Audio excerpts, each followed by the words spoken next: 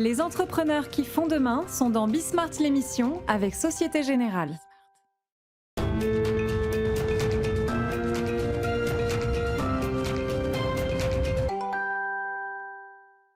Salut à tous, c'est Bismart. On est de retour pour une nouvelle heure de débat autour de l'actualité économique, politique du moment.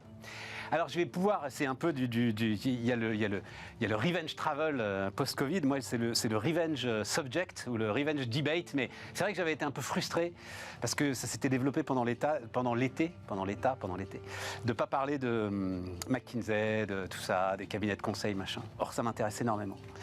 Et donc on va pouvoir se rattraper en partie, alors grâce au parquet national financier, mais aussi grâce à Bruno Le Maire. Déclaration un petit peu étonnante ce week-end. On reverra tout ça, peut-être des choses à dire sur la saga Twitter, mais enfin bon, des éléments qui, moi, me surprennent toujours sur la résistance économique du pays. Formidable. Formidable. Déclaration de Laurent Berger aussi, je ne sais pas si vous avez suivi ça ce matin, mais enfin bon, sur les retraites, on savait que ça se passerait mal, ça se passera mal. Et puis toujours nos histoires énergétiques européennes, enfin bref, plein de trucs. C'est parti, c'est Bismart.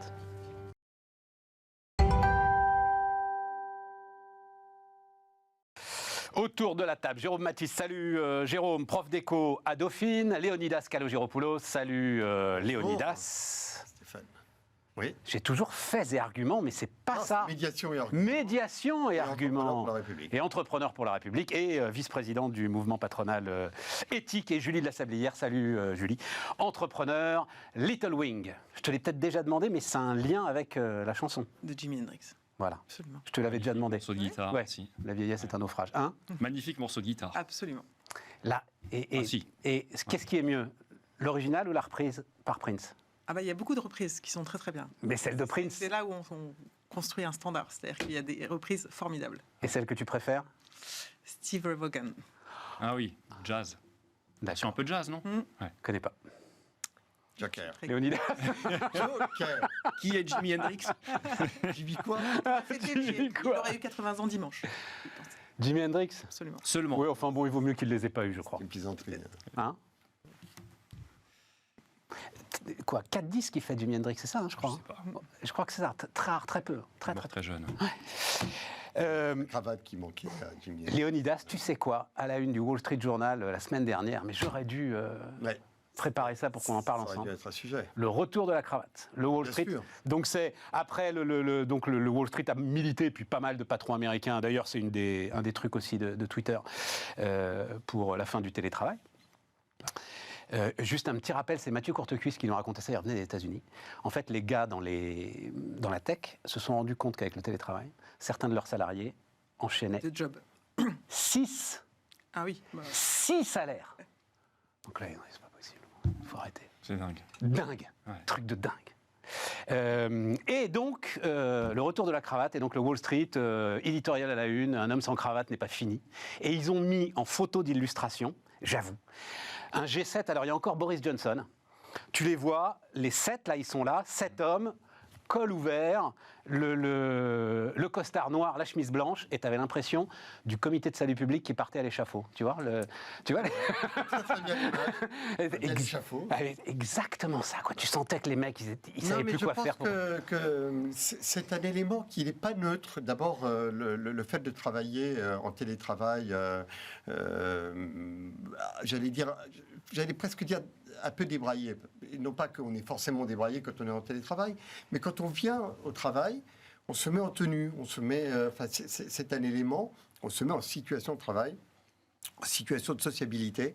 D'ailleurs, les pressings ont très mal vécu la période, voilà, parce qu'ils ont dit, mais les gens ne viennent plus, il ne faut plus attention. Mais toujours, je crois. Ça reprit. Mais je pense que c'est pas neutre. Et d'ailleurs, la mode, c'est un éternel recommencement. Exactement. Donc on dit c'est terminé, les costumes croisés, c'est terminé, les costumes de boutons, c'est fini, c'est 3 boutons. Non, tout revient. Et ça revient avec des sens différents. Mais je pense qu'on redécouvre quel est le rôle un peu d'une forme de tenue et de se tenir. Et se tenir vestimentairement, c'est aussi se tenir dans ce vocabulaire. Je trouve que les débordements que l'on a dans les enceintes parlementaires, des propos, vont aussi, avec une certaine manière, devenir n'importe comment. Et le n'importe comment vestimentaire finit par entraîner un n'importe comment sémantique.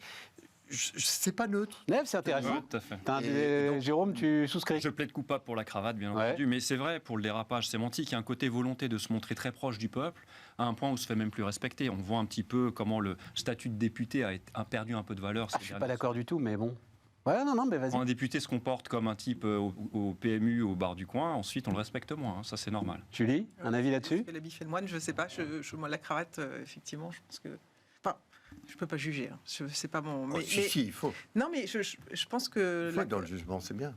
Non, mais la cravate reviendra sûrement peut-être comme un effet de mode, mais pas autour de mon cou, en tout cas. J'ai l'impression qu'on. Ah non, moi j'y reviendrai pas. J'ai pas l'impression Toi, tu te dis que qu'on ton y cerveau reviendra. a besoin d'oxygène, donc pourquoi porter une cravate? Mais je voudrais non pas plaider. On va pas faire une heure là-dessus non plus. Non, mais je ne Leonidas. voudrais pas plaider pour la cravate comme si le fait de ne pas avoir de cravate était quelque part un relâchement moral. Non, c'est pas le sujet. Mais je pense qu'on est arrivé à ce qu'on ait banni la cravate. C'était devenu un signe totalement has-been, un signe presque d'obsolescence. D'obsolescence. Je pense que ça fait partie des éléments qui, tenue vestimentaire d'un homme, d'une femme, sont une certaine manière de montrer une forme de solennité. Je trouve que cette forme de solennité n'est pas à proscrire. Ok. Et pareil pour l'ambiance à l'Assemblée. Moi, je pense que c'est le meilleur service. Au-delà de la cravate, je pense que c'est le meilleur service qu'on pouvait rendre à ce pays que que d'amener au sein de l'Assemblée les influenceurs YouTube. Pourquoi pas? Mais en tout cas, l'ensemble des fractures, des tensions, de la colère qui s'expriment partout dans le pays. Représentativité. Ouais. Donc, oui, ok. Ouais. Tu vois, le gars qui se lève, qui défend son point de vue, qui dit « toi, tu vas la fermer », etc. Je comprends que ça puisse choquer. Je sais pas.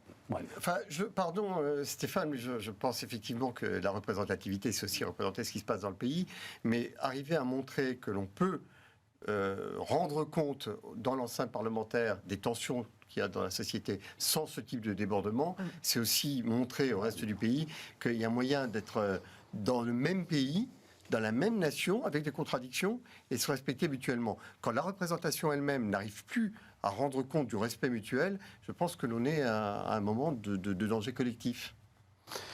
Je suis d'accord avec ça. D'accord. Il y a un certain nombre de Je suis seul là. J'y souscris également.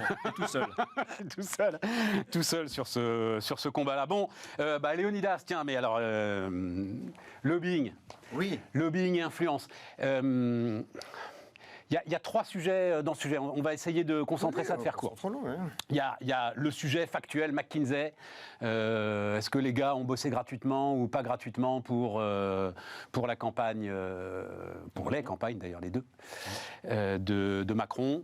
Je ne sais pas si tu as un avis là-dessus. Moi, j'ai un avis extrêmement précis sur ce sujet. C'est que j'aimerais bien que quelqu'un me retrouve le début du commencement d'une expertise dans la campagne de Macron qui pourrait être fondée sur un travail de McKinsey, que des gens aient pu contribuer à une réflexion venant de toute origine, de toute profession, et qu'il y ait eu du brainstorming, oui. Mais est-ce qu'il y a eu quelque chose que l'on aurait pu retrouver dans un rapport rémunéré de McKinsey, dans la campagne de Macron, qui ait pu, d'une manière ou d'une autre, faire la différence dans ce qui a amené les citoyens à voter pour lui? Je pense qu'il n'y a strictement rien, qu'il y ait eu des gens qui travaillent chez McKinsey, qui aient contribué à la campagne de Macron en réfléchissant, en brainstormant, oui, mais on ne demande pas, si on payait à ce prix-là les gens de McKinsey pour brainstormer, ça serait véritablement un scandale d'État. Ils ont brainstormé, comme plein de gens ont brainstormé. Il faut arrêter avec cette manière de vouloir absolument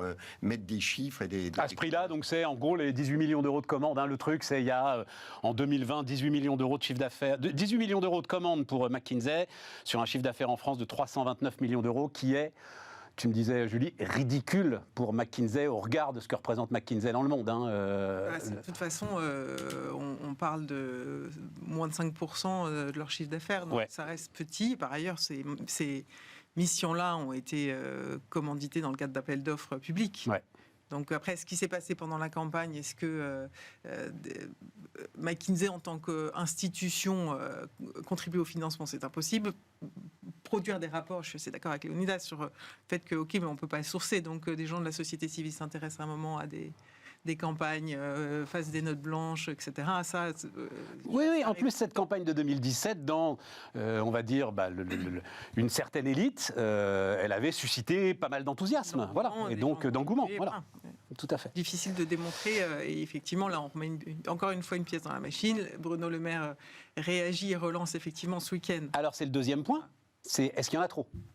Parce qu'en gros, ce que dit Bruno Le Maire, il ne dit pas financement illégal de campagne, ça le parquet national financier dira ou dira pas, mais il dit oui, on en a trop fait, il y a eu de l'abus et ça a été corrigé. Et Olivier Véran, ce matin, contre-attaquait. Donc on a une petite déclaration de Macron vendredi qui disait qu'en gros, l'enquête du PNF ne le concernait pas. Ouais. Et on sent qu'il n'y a pas, en tout cas, il n'y a pas d'élément de langage du côté du gouvernement. Et je trouve que depuis le début, de toute façon, de cette crise et du sujet du cabinet de conseil, c'est surtout le gouvernement qui peine à justifier, expliquer sa position. Moi, je ne suis pas choquée sur le principe du fait qu'on ait recouru à des cabinets de conseil, a fortiori pendant la crise du Covid, où globalement, des compétences de logistique vaccinale, des compétences de...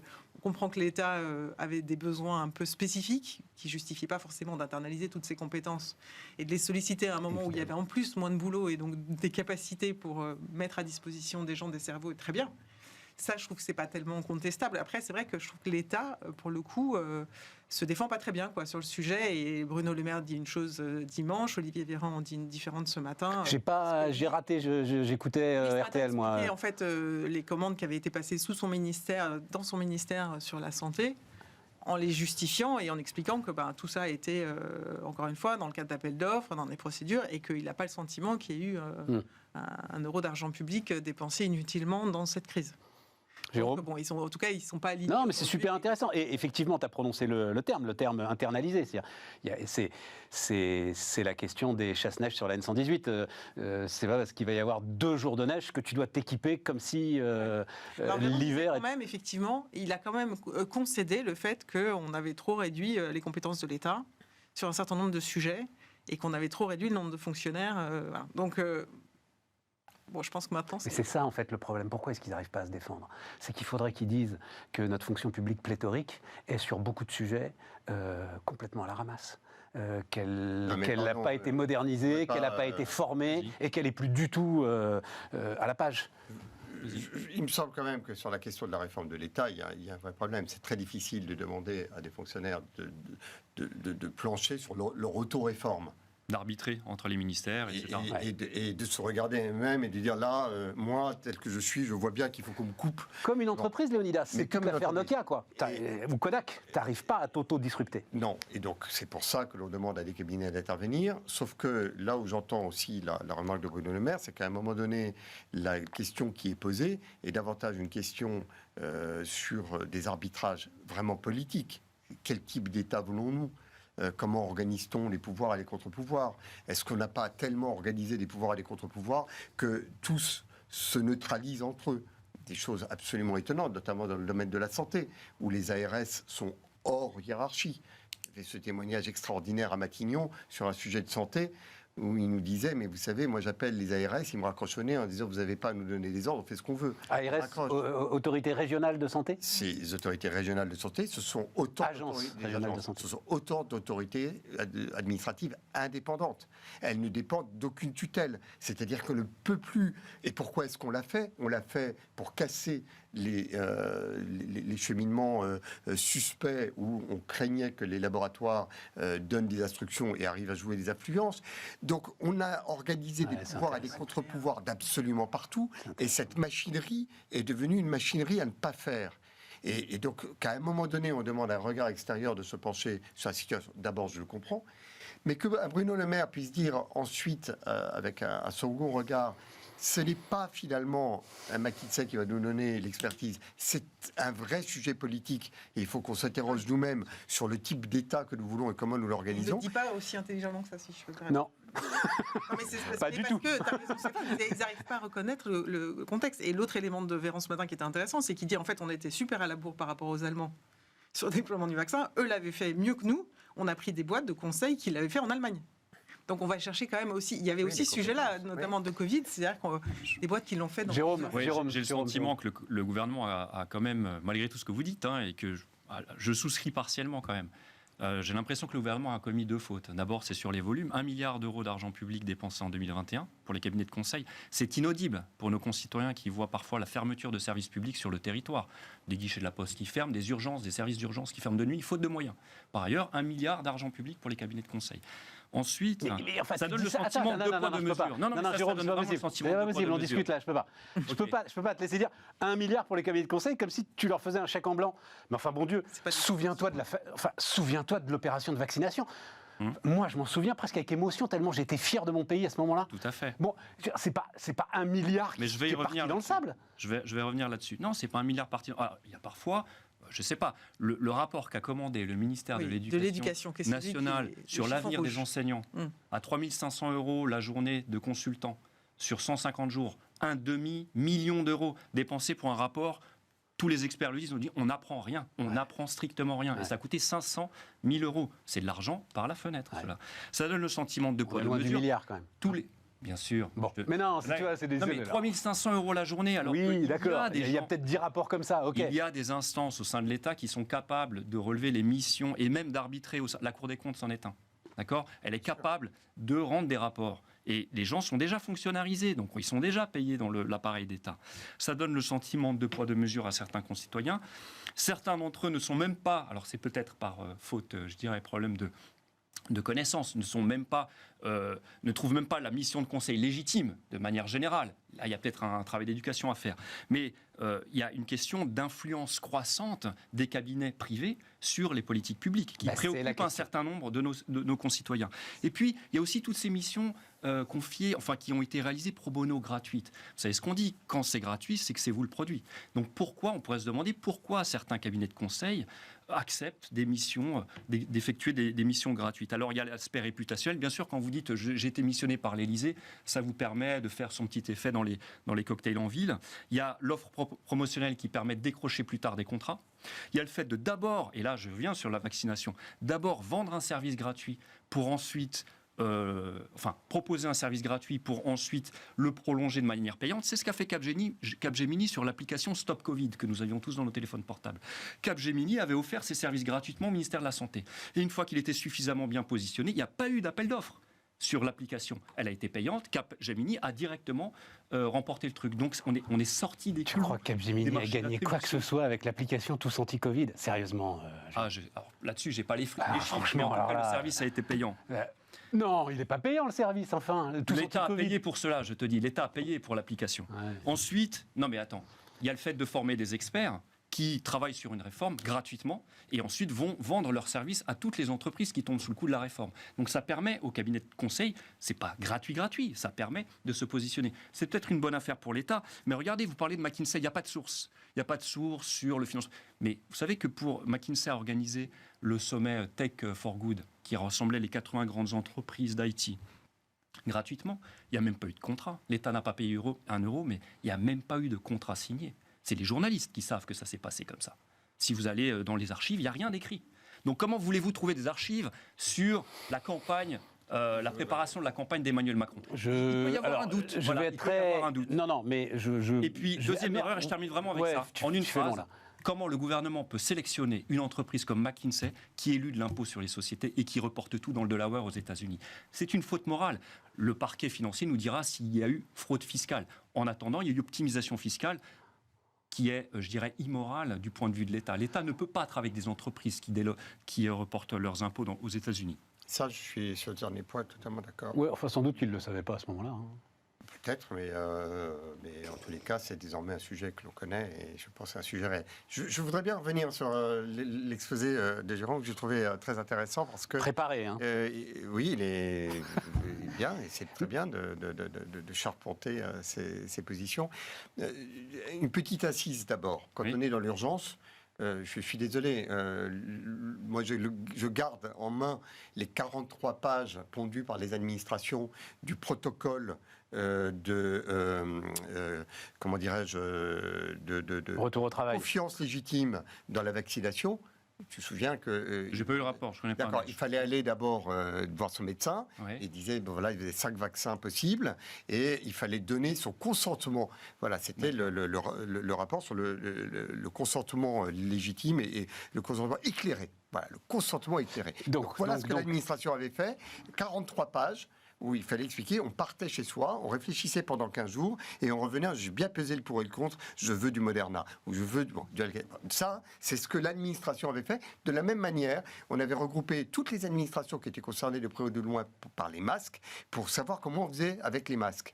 Et toutes les administrations sont venues avec des documents sur les normes que devaient respecter les masques. On leur a dit, mais on ne veut pas des normes, on veut des masques. Oui. Et qu'est-ce que l'on a fait? On a demandé à la grande distribution de trouver les masques. C'est-à-dire qu'il y a un moment donné, il y a un moment où, dans l'urgence, et devant n'importe quel problème d'intérêt général, il y a 2 manières d'y répondre. Ou bien la norme, ou bien la production. Et l'administration et l'État réfléchissent systématiquement avec de la norme. Et c'est le rôle de la nation et des entreprises de réfléchir avec de la production. Quel est le truc concret qui répond aux besoins? Le masque qu'on met sur sa bouche, le vaccin, comment on le distribue, quel est le service, le tous anti-Covid, le truc concret qui donne la solution, et pas juste le normatif. L'État produit de la norme. On a besoin d'avoir dans le fonctionnement de la prise en charge de tous les besoins d'intérêt général, l'approche normative, elle a son rôle. Et l'approche productive, ça c'est le nom des entreprises. Léonidas, ce que te dit Jérôme, là, il faut qu'on aille plus court tous. C'est très important. Non, mais ce que te dit Jérôme, c'est que McKinsey produit aussi, non pas de la production, mais du blabla inutile très très cher. Probablement. Voilà. Mais quelque part entre les deux. Là, on est au cœur d'une confrontation et il faut que l'on trouve la bonne manière. Mais dès que l'on est dans la suspicion maximale, on est sur les 800 pages du Code des marchés publics et on paralyse tout. Et dès que l'on est dans la confiance excessive, on est probablement dans les abus. Donc que l'on pointe les abus pour les corriger, j'ai pas de problème avec ça. C'est ce qui se fait actuellement. On doit le faire. Non, c'est un... Mais si c'est pour le parquet national financier fait une erreur en saisissant du dossier pour toi. Ah non, le parquet national financier... C'est ce que vous dites. Là. Non, il y a 2 choses. Y a-t-il financement ou pas illégal de la campagne de Macron? Ça, c'est un truc, parquet national financier. Et puis il y a tout ce que tu as dit là. Ouais. Où j'aimerais bien savoir, par exemple, il n'y a pas de contrat pour organiser un truc comme Tech for Good. C'est quoi ta source là-dessus, Jérôme? T'as vu ça dans le journal? Non, oui, dans le journal. Je l'ai vu dans le journal, oui. Alors, méfie-toi de ce que tu dis dans le journal. Ça me paraît énorme. Enfin, je sais pas, Julie, t'en organises des sommets. Moi, j'organise des sommets. Ça me paraît invraisemblable qu'un truc pareil, il n'y ait pas un contrat quelque part. On vérifiera. Mais je pense que l'aboutissement, et d'ailleurs McKinsey doit faire une réponse d'ici la fin de l'année, puisqu'ils l'ont annoncé, c'est que ces cabinets vont arrêter de travailler pour l'État. Voilà. Et donc, je ne suis pas sûr, parce que la concurrence est rude. Et donc, il n'y a pas mais il n'y a pas de tous les grands cabinets. Mais non, mais grands cabinets, surtout. Mais non, mais surtout. Je pense qu'il y a. Alors, faut dire qu'il y a aujourd'hui. Non, mais il y a aujourd'hui, je pense, pourquoi ils font du pro bono, pourquoi ils prennent certaines missions, parce que ils ont envie de contribuer aussi et qu'ils se disent que, ils sont installés en France, ils travaillent pour les grands champions français du pays, ils ont envie d'aider leur pays. Enfin, je pense que moi, je trouve qu'on voit un peu la suspicion partout. Après, ils n'ont pas besoin de ces contrats pour vivre. Exactement. Ils sont très dynamiques, ils font de la croissance, ils ne vont plus savoir qu'en faire. Franchement, ils vont arrêter de travailler pour l'État. C'est exactement ce que dit le Syntec. De réputation autour de ces sujets-là, ils arrêteront purement et simplement. Toutes les commandes pro bono ne sont pas sujettes à une critique. Ernst Young avait aidé le Louvre à réformer sa fiscalité et en l'échange, il y a eu l'accès gratuit pour ses collaborateurs au musée du Louvre. Très bien, il n'y a aucun problème là-dessus. C'est pas ça. C'est quand on se positionne, par exemple, sur une réforme, on a aidé l'État à faire une réforme et ensuite on fait de la mission privée. C'est quand même prendre un pas d'avance conséquent sur la concurrence. Ne dites pas l'État, ça rapporte rien, je sais pas quoi. Non, ça rapporte rien. Et Total a besoin de McKinsey. L'Oréal a besoin de McKinsey. Les entreprises les plus efficaces de France ont besoin de McKinsey. Donc l'État, en fait, va perdre cette poche d'efficacité. Voilà, parce que elle va être. On peut avoir un regard critique, mais ma conclusion n'est pas de ne plus jamais passer par des cabinets privés. Ça n'est pas ça. J'ai dit il y a eu 2 erreurs. Le volume et la sélection d'un cabinet qui fait le volume. C'est quoi le bon volume, enfin? 1 milliard d'euros en 2021. 1 milliard. Volume. Oui, mais 1 milliard d'euros, tu le compares par rapport à quoi? Si tu le compares par rapport au budget de fonctionnement de l'État qui est à 400 milliards. Ça me paraît pas phénoménal quand même, non? Bah, C'est 3 plutôt 500 plus euros la faible journée, ça me paraît excessif. Plutôt Quand plus on... faible que ce qui se pratique à l'étranger. Bon, c'est intéressant. Alors hein. aux Ouais, États-Unis, pour un certainement. État, Je savais pas mais qu'on allait faire une pas demi-heure avec ça, européen. dis donc, les gars. Qui ne fonctionne pas magnifiquement non plus. Alors voilà, hein. c'est ça le problème, quoi.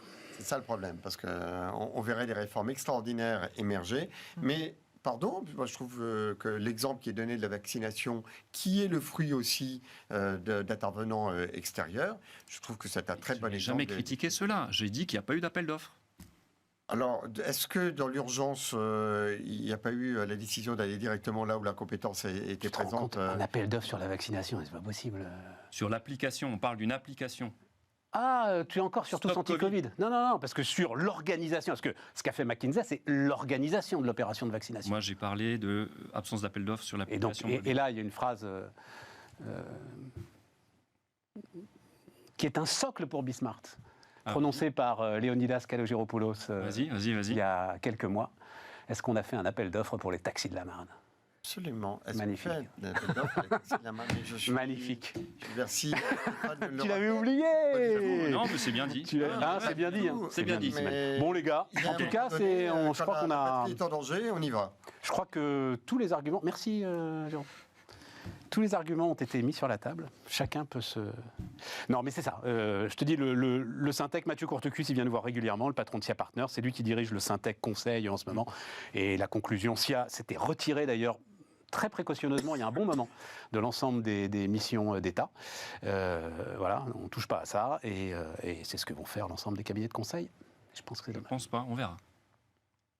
On verra. Et bien, on va marquer une pause là-dessus. On se retrouve dans un instant.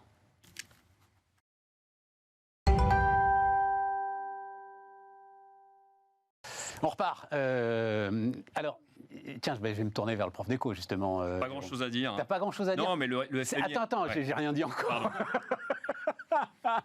Non, il y a un contraste quand même, je trouve, entre, et d'ailleurs c'est ce que me disent aussi pas mal de chefs d'entreprise, entre le catastrophisme médiatique, voilà, je vais dire ça comme ça, et des prévisions qui sont moins catastrophistes d'ailleurs que leur rendu, médiatique. Et puis des chefs d'entreprise qui, alors j'ai déjà raconté, mais j'ai eu la chance de dîner avec un certain nombre de grands patrons du CAC 40, là il y a une dizaine de jours, évidemment totalement off, mais ils disaient, mais qu'est-ce que c'est que cette crise que vous êtes en train de nous fabriquer? Évidemment, c'était de ma faute. Hein. Bah oui, Vous, les journalistes. Moi et les banquiers. Oui. Les journalistes et les banquiers. Toi C'est et ma les faute. La faute des journalistes, la faute des banquiers. Toi et les tiens. Qu'est-ce que c'est que cette crise que vous êtes en train de nous fabriquer? Les carnets de commandes sont pleins, on pète le feu, machin, etc. Et tout. Est-ce que c'est pas un peu le cas de toutes les crises? C'est-à-dire que les entreprises sont les dernières à voir la vague? Non, je crois pas. Parfois, elles sont les premières à l'observer. Mais il se trouve ici que, je ne sais pas si les banquiers peuvent être concernés, mais les médias, etc., se basent essentiellement sur les prévisions de croissance. Là, le FMI viendrait évaluer les prévisions de croissance françaises à 0,75% pour 2023. C'est pas une catastrophe. Et qui nous dit que finalement, on ne sera pas en décroissance, Mais oui. etc. Donc voilà, et les entreprises, elles voient sur le terrain concrètement ce qui se passe. Donc je pense que peut-être que les prévisionnistes se sont un peu trompés. On peut les excuser, c'est difficile de faire des prévisions. Je ne suis pas prévisionniste, moi, mais j'ai des collègues qui le font et c'est un exercice très délicat. Tu sais pourquoi on a inventé l'astrologie? Dis-moi. Pour donner un peu de crédibilité aux prévisions économiques. Ok. Mais je pense quand même que sur la question de l'énergie, c'était assez légitime d'être catastrophiste. Et je trouve que les réactions des chefs d'entreprise sont assez extraordinaires. Il y a 20%, en gros, 20% de l'activité qui est vraiment gravement impactée par la crise énergétique, par les crises énergétiques. par l'inflation. 20% seulement. Oui, 20% seulement. Donc, globalement, on y arrive. Et pardon, mais tout ça sur un boom économique. C'est-à-dire qu'il faut juste avoir en mémoire qu'avant que la guerre ne soit déclenchée par l'agression russe en Ukraine, On était sur 6% de croissance. on était sur ces pourcents de croissance. Donc on a cette énergie-là qui vient se voir télescoper ces prix de l'énergie qui, bien entendu, pénalisent, qui inquiètent. Mais enfin, avec un boom extraordinaire. D'ailleurs, je voyais les chiffres de Business France. On a 10 000 entreprises exportatrices de plus. Ouais. Cette année, il n'y en a jamais eu autant. Ça n'empêche pas que le déficit commercial d'être dans les abysses profondes. Non, il y a plus grave que ça. Parce que j'ai lu le truc là dans le Figaro ce matin. Effectivement, donc on se félicite de ce qui est 10 000 entreprises de plus. Sauf qu'au global, juste nos exports, effectivement, je ne parle pas du déficit, nos exports, reste en retrait par rapport à 2019. C'est vrai. Les Espagnols, ils sont à plus 8,5. Les Italiens, qu'on Mais donne les comme Italiens morts sont tous les jours, extraordinaires. ils sont à plus 7,5 en termes d'export par rapport à 2019. Et les Allemands, plus 3. Oui. Donc en fait, on reste très très mauvais, même si on a 10 000 entreprises de Non, plus. mais effectivement. pardon, que l'on reste très mauvais, je suis d'accord sur le constat.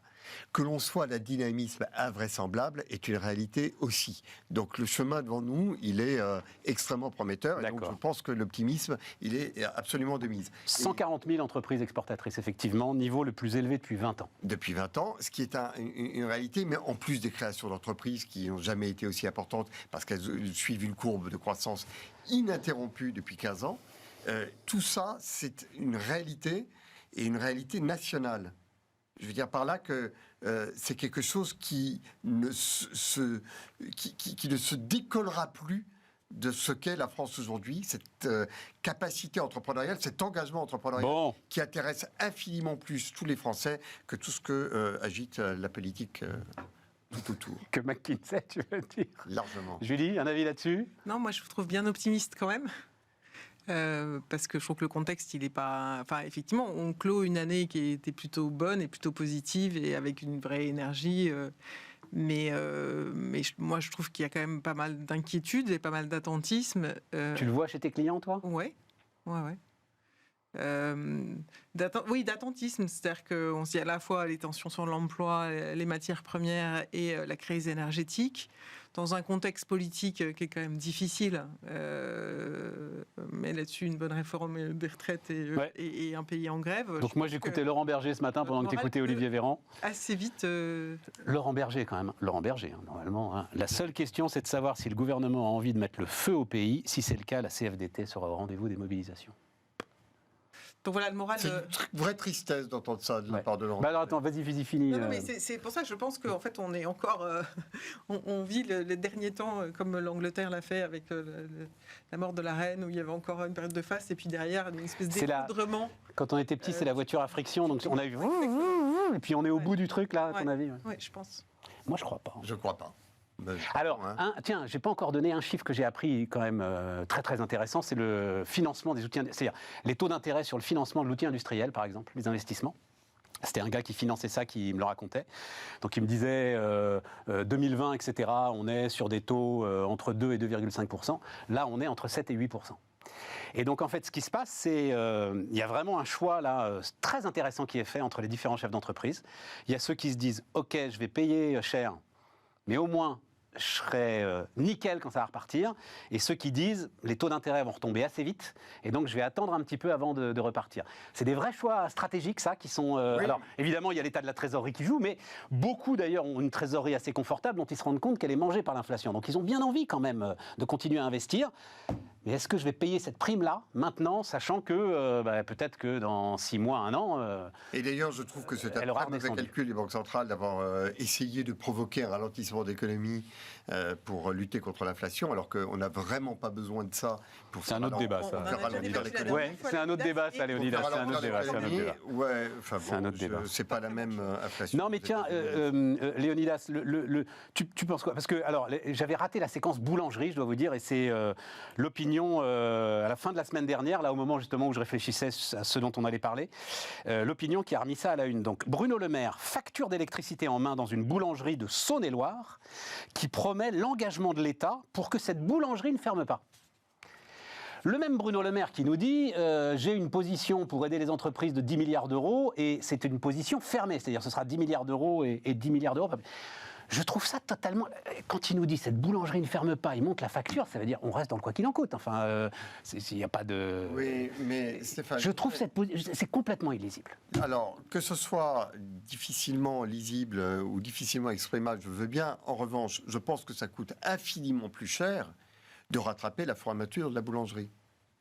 Et c'est ça le véritable enjeu. C'est-à-dire que si... Et c'est effectivement le cas à un certain nombre d'établissements ou un certain nombre d'activités qui sont s'arrête énergivores, Ça eh s'arrête bien, quand, Léonidas? la question c'est est-ce que oui ou non elles disparaissent? Mais oui, mais à un Il y moment... a un choix politique. Les Français n'ont peut-être pas tous envie d'aller acheter leurs baguettes au supermarché. Non, mais c'est vrai. Mais oui, mais alors les mecs... Non, mais tu comprends bien que c'était un symbole, la boulangerie. C'est un symbole. Je Toi, crois tu qu'il- fais référence à l'hôtellerie-restauration. Bah, hôtellerie-restauration, je pense qu'il dira la même chose pour les garagistes, il dira la même chose aux maçons, il dira la même chose. Si tu sauves le boulanger, tu sauves tous les artisans. Tu sauves tous les indépendants, ils sont 3 millions. Tous les en France. artisans ne sont pas Tranquille, autant dépendants à l'énergie que le boulanger. Le boulanger, sans la chaleur de son four, il ne peut pas faire son pain et tout le reste. Donc, Et il y a le renchérissement effectivement, du blé aussi pour le boulanger. et il y a le renchérissement. Et il me semble... Eh ben, il augmente les prix, Léonidas, bon Dieu. Enfin, à un moment, il va falloir qu'on retrouve un fonctionnement normal de l'économie, non? Il y a nécessairement une part d'augmentation de prix et nécessairement aussi l'augmentation de prix ne peut pas tout. Donc devant des obstacles qui sont majeurs, ça fait partie de la politique de l'offre de veiller à ce que certaines activités ne coulent pas. Pardonne-moi, mais je pense vraiment que la facture de la réparation de toutes les boulangeries de France Mais coule. pourquoi la facture de la réparation? Jean-Pierre Raffarin, il restera dans l'histoire nationale, dans l'histoire de France, pour un truc qui, au départ, paraissait bien anodin. Tu sais, ça a été, quand il était ministre des PME, l'idée que tu ne peux plus mettre boulangerie si tu ne fais pas ton pain toi-même. On a eu une hausse des prix en plus, il y avait l'euro qui arrivait là-dedans, etc. et tout. Prix de la baguette, hausse du prix de la baguette, tout va bien, etc. Et on a tous mangé du meilleur pain en le payant de temps en temps plus cher et en faisant des arbitrages, etc., etc. C'est la loi de l'économie, c'est la marche de l'économie. À un moment, il faut retrouver un fonctionnement normal des choses. La quand même. question, mais je suis d'accord avec ce constat et je ne pense pas que ça soit paradoxal avec le fait de dire que si, pour amortir l'augmentation des prix de l'énergie, il faut que la baguette de pain augmente de plus de 5 centimes, eh bien probablement il faut qu'il y ait un coup de pouce de l'État. Ça ne veut pas dire que l'État prend en charge la totalité de la facture, mais qu'il y a quand même un accompagnement. Et ça ne me choque pas, tout simplement pour préserver l'appareil productif. C'est les boulangeries quand même, Stéphane. Ouais, non, mais là, vraiment, alors là, je constate. La combinaison, effectivement, de quand même des Qu'on n'est factures pas au mieux, là. énergétiques assez fortes, les tensions sur les matières premières, le beurre... Arrête, c'est rien, on avait fait le calcul, le blé, c'est Non, c'est rien, pas rien, c'est quand rien même. dans le prix de la baguette. C'est rien dans le prix de la baguette. Et puis, encore une Bon, fois, et- si la baguette, elle doit valoir 1,40 €, qu'elle vale 1,40 Oui, €. mais du coup, tu n'achèteras pas ton pain au chocolat. Mais bien sûr que si, c'est exactement ce qui s'est passé avec Raffarin. Non, mais après, Et je les pense qu'il y boulangers a ne se sont jamais aussi bien portés. Il y a un élément symbolique, et quand il dit elle fermera pas, c'est on l'aidera un peu avec sa facture d'énergie et elle augmentera ses prix. Enfin, tu vois. Oui, c'est un peu des deux. Non, c'est pas ce qu'il dit, c'est l'État protecteur. 15 C'est le chevalier Bruno Le Maire. Alors T'as qu'il y 15 ait... reportages dans tous les JT sur toutes les boulangeries de France en ce moment. Donc le sujet est un sujet d'émotion publique, c'est un sujet de savoir-faire et de fierté nationale. Et le français et le pain, c'est un truc de dingue. Vous avez vu les chiffres? Oui, vous les avez vus puisque je vous les ai envoyés vendredi. Non. Chiffre de la Fédération des centres de gestion agréés. Alors ça, centre de gestion agréé, si vous n'êtes pas indépendant, vous ne savez pas ce que c'est. Si vous êtes indépendant, vous vous demandez à quoi ça sert. Je referme la parenthèse. T'es obligé, non mais sans deck, tu connais, ah ben non, il faut être tout petit indépendant. T'es obligé de filer 250 € à ce truc-là, tu sais pas pourquoi. Bon, enfin bref. Ça fait l'habitude. Tu sais pas pourquoi, de temps en temps, ils t'envoient, oh, là, vous n'avez pas justifié la TVA, donc hop, tu envoies les justifications. Bon, bref. Et donc, les patrons d'hôtels-restaurants font partie en 2021 des 10 professions qui ont le mieux gagné leur vie. Il y avait, pareil, un reportage tous les jours sur c'était la catastrophe, le drame, machin, le drame national et tout, etc. Ils ont été aidés, suraidés, macro-aidés, multi-aidés, emballés, c'est pesé. Les gars, tant mieux, je suis ravi. Non, mais la moyenne, c'est de l'argent public quand même. C'est que on peut certainement illustrer ce propos en allant voir, je ne sais pas, une dizaine d'établissements en disant qu'ils ont ramassé la mise plus que nécessaire. Et en parallèle, d'autres qui ont coulé. Donc, non, c'est centre de gestion agréé, ils ont tout le monde. Non, ils ont tout le monde et ils regardent les bilans. C'est tout ce qu'ils font, c'est ils regardent les bilans. En fait, ils regardent, pardon, j'ai dit un peu de mal, oui, enfin, je le pense quand même, mais ils regardent la cohérence des bilans, voilà. Et si tu ne payes pas ton centre de gestion agréé, tu as automatiquement, je crois que c'est 20% de plus d'impôts sur les sociétés à payer sur ton résultat. Notre pays garde le moral. Nos restaurants et nos boulangeries sont ouverts. De manière automatique. Le mécanisme d'aide là, qui a été mis en place, en fait, il a été entaché d'une grossière erreur. C'est qu'ils ont fait des comparaisons de chiffre d'affaires. 2019 par rapport à, je sais pas, novembre 2020, parce que c'était une période de fermeture administrative. Et c'est là-dessus qu'ont été calculées les aides. Or, une part des coûts fixes de ces établissements, c'était la masse salariale, qui était déjà prise en compte, prise en charge par l'État. Donc finalement, on leur permet de conserver leur chiffre d'affaires en réduisant considérablement leurs coûts, on augmente leurs profits. Et la deuxième chose, c'est que tout ce qui était les recettes de vente à emporter était exclu du calcul. Donc c'est ce qui explique que des restaurateurs ont fait bien mieux qu'en période normale. Ils ont bénéficié du robinet qu'avait ouvert l'État pour les aides publiques. Mais quand même, Le beurre et l'argent du beurre, ce qui nous ramène aux boulangeries, tu vois. Ouais. Quel casse-tête quand même, hein. Oui. On était à leur place. Enfin, je veux dire, Non, mais la conclusion, c'est pas de dire il aurait fallu. Tu disais quel récit pour ces éléments et quel narratif entre il faut il aurait lutter fallu contre les les aider, déficits mais avec un meilleur, rappel à meilleur l'heure règle du de calcul. FMI, et puis d'un autre côté, qui on aide, comment, etc. C'est compliqué quand même de trouver le bon narratif efficace. Donc tu cites le regretté Jean-François Copé, j'aimerais bien vous y voir. C'était sa phrase clé, Jean-François Enfin, il est Copé. toujours des nôtres. Il est toujours des nôtres. Oui, mais j'aime bien dire ça. J'aimais beaucoup Jean-François Copé. Mais Une interview avec Jean-François Copé, c'était toujours un grand plaisir. on peut toujours l'aimer parce qu'il est toujours là. Ouais. Et en fait, il est plus... Il est encore plus authentique maintenant. Il avait écrit un bouquin, tu sais, pour dire j'arrête la langue de bois. Je me Oui, souviens langue de très bois, bien. c'était quand même... Enfin, c'était du chêne de 10 cm. Mais là, je crois qu'il Il a totalement arrêté la langue de bois. il a totalement arrêté la... Et il a à son actif quelque chose d'extraordinaire d'avoir reconstruit totalement une ville qui était... La ville de Meaux, c'est vrai. Meaux, Je absolument. connais Ça mériterait que l'on fasse venir des visites guidées de comment on peut reconstruire une ville. Ah ouais. Absolument. Et ça a été un chantier titanesque ici écolé.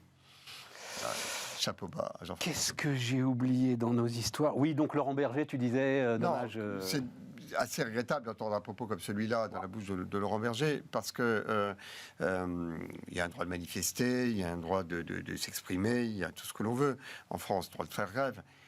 Mais de vouloir mettre le feu au pays parce qu'on est en désaccord sur une réforme, enfin, il peut y avoir débat.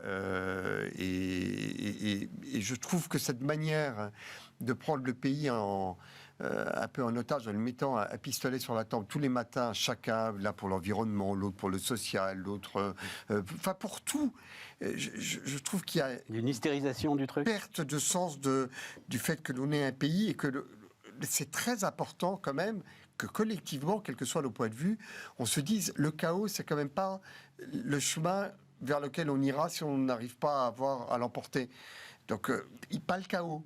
Là, ce qu'il dit en substance, c'est si je ne suis pas suivi dans ma volonté de bloquer, eh bien, j'emmènerai le pays au chaos. Ouais, je crois qu'il veut lui faire. Extrêmement Enfin, je sais pas, tiens, Julie, c'est des choses que tu maîtrises. C'est extrêmement grave. Je crois qu'il veut faire peur, en fait. Oui, il veut faire peur. Je pense parce que toute l'interview ce matin, du coup, que j'ai quand même écouté, il parle de négo. Enfin, il met pas mal d'éléments. Il parle de négo, mais il dit qu'il est tout seul à négocier, en fait. Il dit qu'il est tout seul à négocier, qu'il n'a rien reçu du ministère du Travail. De toute façon, le ministère du Travail n'est pas dans une posture de négociation. Il n'est pas sûr d'avoir été entendu. Voilà. Le ministère du Travail n'est pas dans une posture de négociation. Ils l'ont dit tout de suite. Dussopt l'a dit très très vite. Il est dans une posture de consultation et d'information. Et je vois pas ce qu'il y a à négocier en plus. Enfin, alors on parlait des rapports de McKinsey pour le coup, alors des rapports sur les systèmes de retraite. Non mais ça va, on a 6 ans de rapport, on peut faire des étagères entières de Je pense sur rapports. l'emploi des seniors, il y a quand même, chauffer l'Allemagne, des choses à faire. Hein Oui, mais qu'il y a des Sur choses l'emploi à des faire. seniors, Mais je pense suis qu'il y a totalement d'accord. pour le coup, qui indique Des choses peut-être qu'il y a intelligentes des à réfléchir, dispositifs ouais. un peu coercitifs sur l'emploi des seniors sur les entreprises en échange d'eux, je pense que ça pourrait valoir le coup. Parce qu'on a besoin des seniors. Bien sûr. Pourquoi elle me regarde comme ça, notre ami je l'ai bien pris. C'est moi qu'il faut regarder. C'est moi qui suis peut-être le plus vieux. Oui, sans doute le plus vieux ici. Certain. Est-ce que tu as pris comme une bonne nouvelle? J'ai pris comme une bonne nouvelle, que je le répète assez régulièrement. Donc le texte du Sénat sur la retraite a été voté.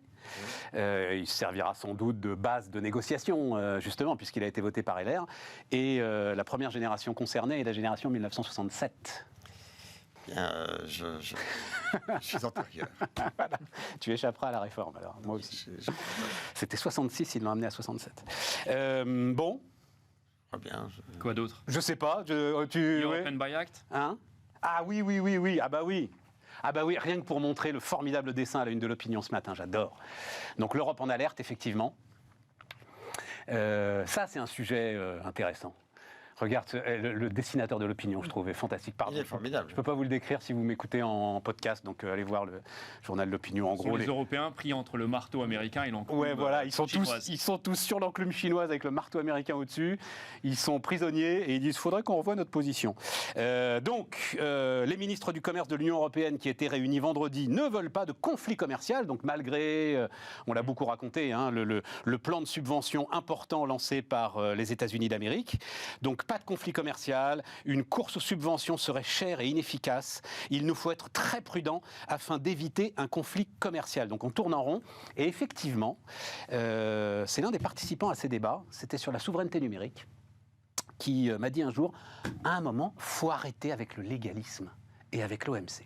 À un moment, il faut qu'on fasse, nous Européens, ce que font les autres, c'est-à-dire, oui, on va plonger dans l'illégalité, et on verra bien ce que dira l'OMC dans 10 ans, ou pas d'ailleurs, ce que j'ai appris, et je vous donne la parole après, juste ce que j'ai appris, je l'ai appris ce matin. En fait, la politique de Trump, la politique de la chaise vide à l'OMC, qui était le scandale des scandales, Trump, machin, etc., Joe Biden continue. C'est-à-dire qu'en fait, les démocrates... La chaise vide. Bien sûr, les démocrates se sont mis ils refusent toujours de nommer des juges, donc il n'y a plus de juges au tribunal d'appel de l'OMC, et les États-Unis... Plus de sanctions possibles. Et les États-Unis d'Amérique refusent de nommer les juges qui pourraient être en charge des dossiers. Mais c'est sûr, Biden, sur ça comme sur d'autres trucs d'ailleurs, discrètement dans les chaussons de Trump, sans que ça sache.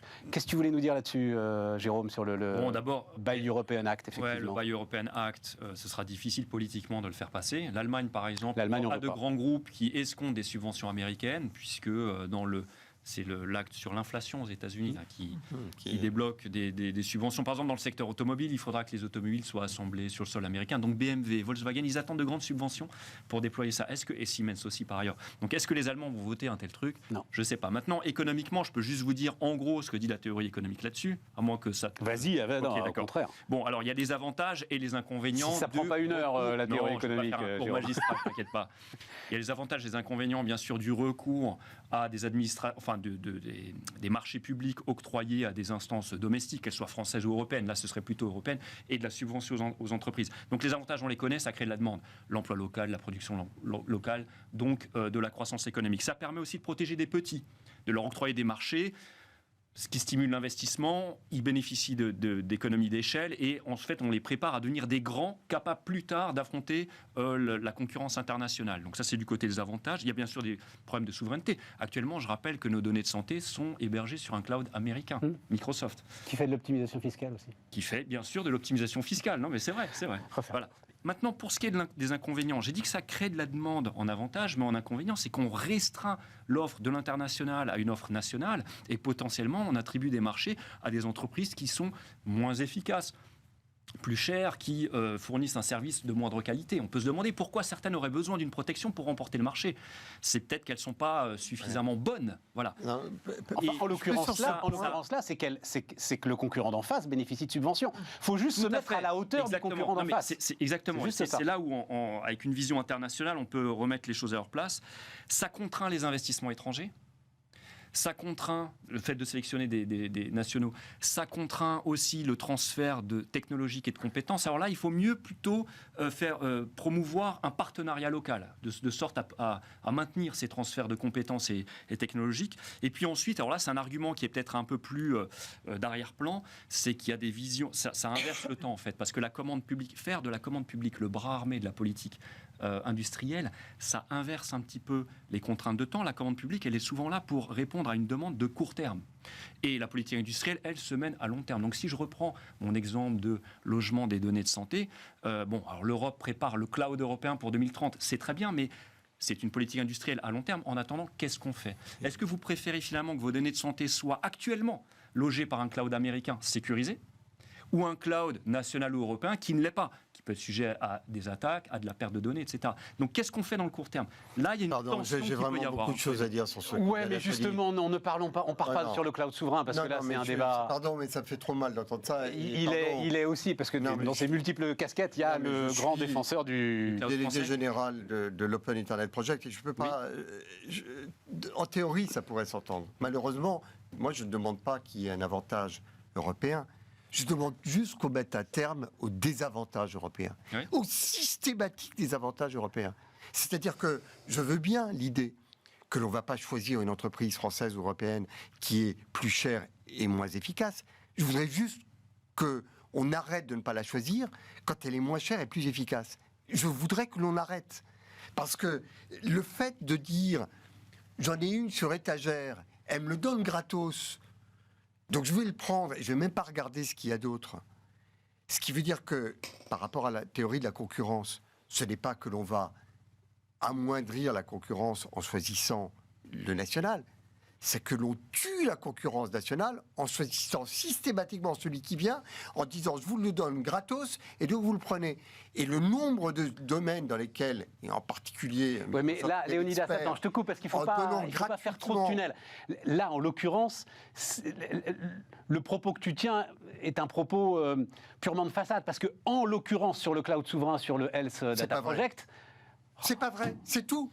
Voilà, de manière catégorique, absolue, prouvable, quand vous voulez, ce n'est pas vrai. Alors, sur lequel Datacom, c'est une escroquerie. Les solutions françaises existent, mais tu peux pas. Elles existent, et je suis catégorique. Et pardonne-moi, quitte à me fâcher s'il le faut. Oh non. Si. Oh bah non, non, je te le dis, c'est pas possible. Bah moi, c'est pas possible. Fais une émission spéciale là-dessus. Tu auras autour de la table tous ceux qui peuvent te démontrer que la seule différence éventuelle, c'est qu'il faut 3 entreprises françaises pour avoir beaucoup mieux qu'une seule américaine.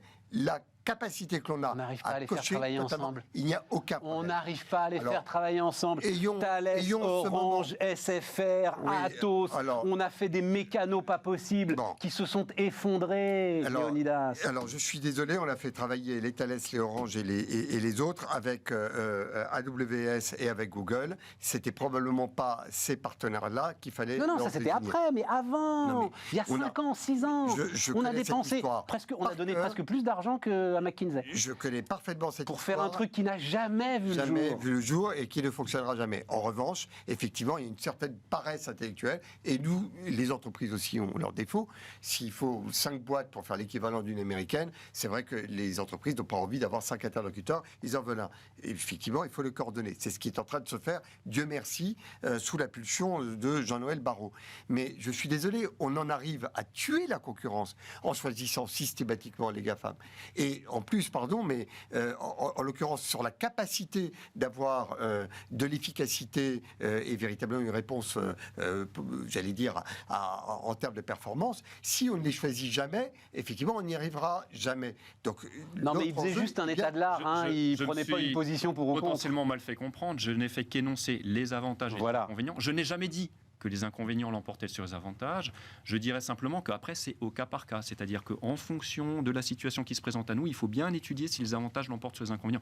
Je n'ai pas dit les inconvénients l'emportent en tout cas sur les avantages. Jamais. Non, mais en l'occurrence, on réduit la concurrence en ayant systématiquement recours aux GAFAM qui sont, j'allais dire, sur étagère, surtout que, compte tenu de leur taille, ils offrent gratuitement. Et Léonidas. Ce que tout dumping fait, c'est que le dumping permet à celui qui a les poches profondes de tuer à jamais la concurrence et l'efficacité. Julie?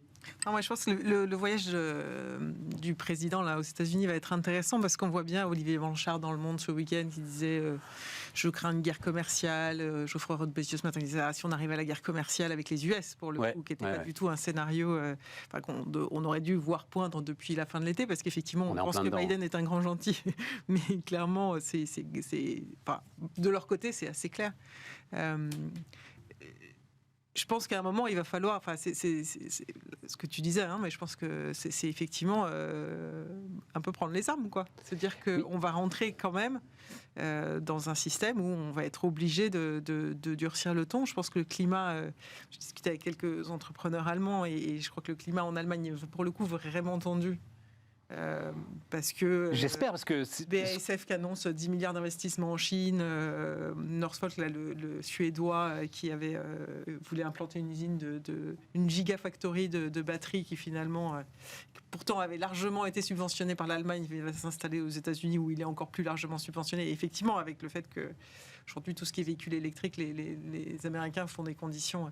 Je pense que tout ça quand même crée un choc. Alors c'est vrai que L'Union européenne, finalement, on se dit que les crises, c'est pas forcément les. Il y a toujours des moments de divergence, mais ça n'a pas tellement été le cas avec la crise de l'euro ni la crise du Covid, où la crise a fait avancer l'Europe, en tout cas dans le sens de. Et là, on sent parce qu'on est sur des enjeux économiques, avec une vraie divergence des économies, on a du mal à se mettre d'accord à prix du gaz sur tout un tas de sujets. Donc, la vraie question, c'est est-ce qu'on va pouvoir saisir cette crise en se disant maintenant il faut qu'on se muscle. Mais... Et tu crois quoi? Tu es optimiste sur le truc? Parce que regarde quand les Allemands sortent leur plan à 200 milliards, dont on ne sait toujours pas d'ailleurs trop comment il marche, tu as quand même des cris d'orfraie dans tous les sens, avant qu'à un moment, on retombe un peu et qu'à Bercy, on dise en fait, quand on regarde le poids des économies, c'est à peu près comparable à ce que nous, on a fait. Moi, je ne suis pas optimiste du tout sur cette histoire. Tu vois, là, la solidarité énergétique, donc Elisabeth Borne est partie à Berlin, honneur militaire, tout ça, machin et tout. Et effectivement, on va être dans ce moment un peu baroque quand même. Quand on parle de politique industrielle d'État, etc. et tout. Donc, comme nous, on a des terminaux pour le GNL, on va pouvoir décharger le gaz naturel liquéfié, l'envoyer en Allemagne, et comme les Allemands, eux, ils ont les centrales classiques, on va dire, voilà, ils vont nous renvoyer conventionnels, ils vont nous renvoyer l'électricité. Mais quel truc de fou. Ce qui explique pourquoi les Allemands ne veulent pas subventionner les centrales à gaz, parce que ce serait à ce moment-là l'argent public allemand qui en fait subventionnerait notre électricité. Voilà. Non, mais on est rentré dans quelque chose qui est un cafarnaum. Mais là, il y a véritablement la nécessité de l'État. C'est compliqué. D'être optimiste. Et quand tu étais face à la Chine, tu pouvais mettre en avant les trucs idéologiques, etc. Mais aussi, tiens, cette discussion avec les patrons du CAC 40, la difficulté, c'est que personne ne va refuser d'aller aux États-Unis. En Chine, il y avait toujours, c'est compliqué, sujet culturel, sujet d'espionnage. Aux États-Unis, tout le monde a envie d'aller aux États-Unis. C'est chaud. Bon. Mais l'industrie française et européenne a énormément d'atouts. Je peux donner une nouvelle extraordinaire. Mais alors, c'est parfait, parce qu'il nous reste 2 minutes, c'est toujours le moment un peu compliqué. C'est un moment que je serais ravi de partager avec la dernière nouveauté qu'on a trouvée sur Entrepreneurs pour la République, plateforme où on met que des solutions d'entrepreneuriat au problème d'intérêt général. Et on a une boîte qui s'appelle Nénuphar, qui met une bâche en caoutchouc sur les bassins de lisier. Il y a 70 000 bassins de lisier en France. Le lisier, donc c'est les excréments des animaux, on les met dans des bassins bétonnés pour que ça n'aille pas polluer les nappes phréatiques. Eh bien, ça récupère le méthane qui est la pire saloperie pour le réchauffement de la planète. On le transforme en énergie. Et si on met ces bâches sur les 70 000 bassins de lisier qu'il y a en France, c'est l'équivalent d'une centrale nucléaire en production d'électricité. Et l'équivalent d'une centrale nucléaire en 3 ans, parce que potentiellement, si on le déploie de manière industrielle... Petite centrale, 900 mégawatts, quoi, quelque chose comme ça, ouais. Voilà, ouais. À grande échelle. Je comprends. On pourrait le faire à l'échelle européenne. C'est vraiment à la fois l'absorption du méthane, de la production d'énergie, du remplacement, enfin c'est extraordinaire.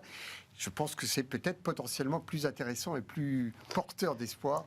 Ça me fascine, Léonidas. Mais ça me fascine. Moi, ça me fascine que tu sois encore enthousiaste à ce point-là pour l'ensemble de ces histoires. Mais absolu, jour et nuit. Dingue. Hein. Et je dois dire que ce qui me fascine, et ça revient à la discussion que nous avions tout à l'heure, devant un problème, est-ce qu'on prend de la régulation ou est-ce qu'on prend de la production?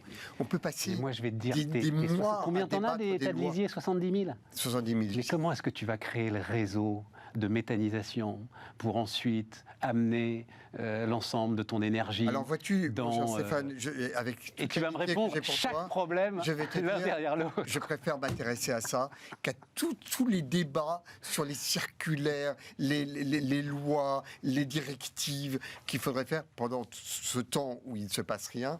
On pourrait avoir commencé le job. Pardon, je te le dis aussi, en termes d'origine du réchauffement climatique, par rapport à toutes les grands-messes et à ce qu'on est allé faire sur la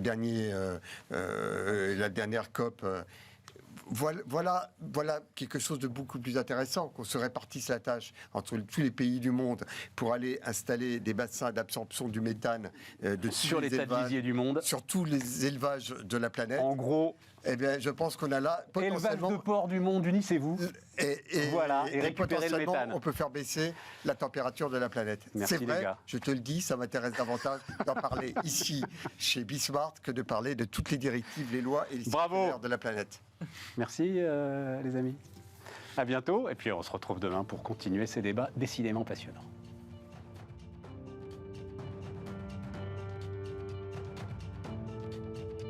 Les entrepreneurs qui font demain sont dans Bismart l'émission avec Société Générale.